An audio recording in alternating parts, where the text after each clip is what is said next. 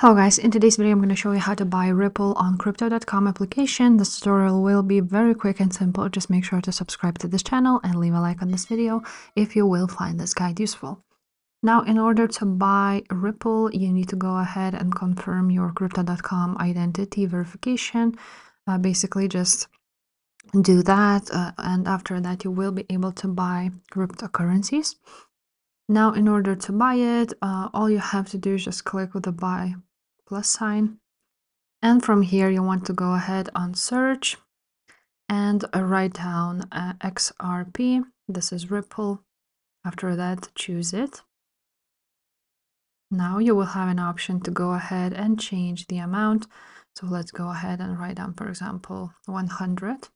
After you've done that, you're going to choose the payment method. There's Apple Pay if you want to, and you can also go ahead and add some other payment method by depositing from your bank account or using credit and debit card.